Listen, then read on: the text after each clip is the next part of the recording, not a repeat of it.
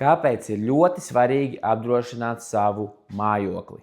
Nesenā traģēdija Rīgā Bauskas ielā, kur notika sprādziens daudz dzīvokļu namā, mūs uzskatām parāda, pie kā var novest kādas trešās personas nelikumīga pretiesiska rīcība, ka tā var bojāt jūsu īpašumu ļoti lielā mērā un jums var rasties lielas problēmas. Standarta apdrošināšanas polises nosedz ugunsgrēka risks, dabas stihijas, šķidruma noplūdes un jau pieminēto trešās personas pretiesisko rīcību. Taču arī papildus riski ir ļoti svarīgi, tīpaši šajā gadījumā.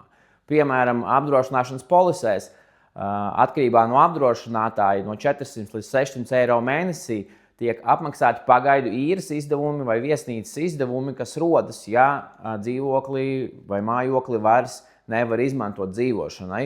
Un šajā gadījumā tiem, kuriem bija apdrošināti dzīvokļi, tas ļoti palīdz šajā situācijā, kad tiek noskaidrot lietas apstākļi, kad vēl nav sataisīti visi dokumenti un vēl nevar pieprasīt apdrošināšanas atlīdzību, jo kaut kur ir jādzīvo un tās ir papildus izmaksas un papildus problēmas.